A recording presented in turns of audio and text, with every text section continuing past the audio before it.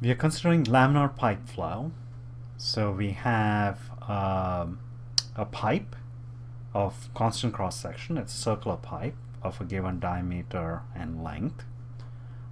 This figure is not to scale. We have uniform velocity coming in, and we set that to 1 meter per second.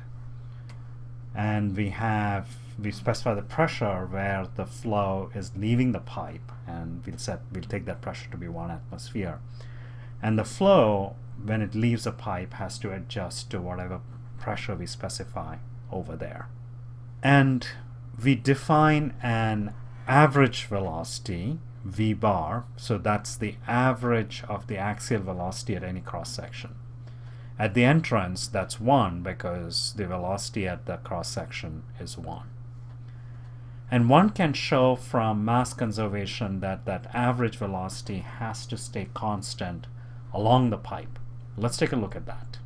So at any cross-section, the mass flow rate has to be equal to, we can calculate that using rho, V bar, and A. And we can understand this based on intuition. So if I double the density of the fluid, it's going to double the mass flow rate. If I double the velocity coming in to the pipe, that's going to double the mass flow rate. If I double the area, keeping everything else constant, that's going to double the mass flow rate. So we can understand that intuitively.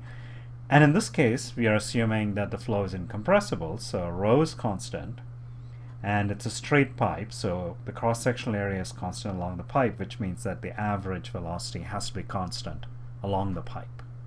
And then that average velocity is used to define the Reynolds number. So here I've written out the Reynolds number, and I'm denoting it as Re sub d because the length scale used in the Reynolds number is the diameter of the pipe. One could also use a radius, but here we use the diameter, so the velocity scale is V bar, the length scale is a diameter of the pipe, and we picked, what I did was I picked the numerator and adjusted mu to get the desired Reynolds number. So we want to do basically flow in a pipe at a Reynolds number of 100. For pipe flow, if the Reynolds number is below 2300, we get laminar flow, and so and this 2300 is approximate. So we are well within the laminar regime, and we'll assume that the flow is laminar. So before we get into the tool, let's do our pre-analysis, and I'll go back to the framework of what's under the black box. So first we will look at the mathematical model.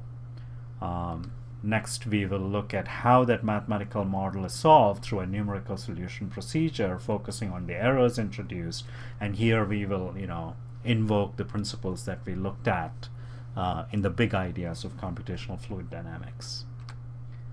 And then lastly we will do some hand calculation of expected results and trends.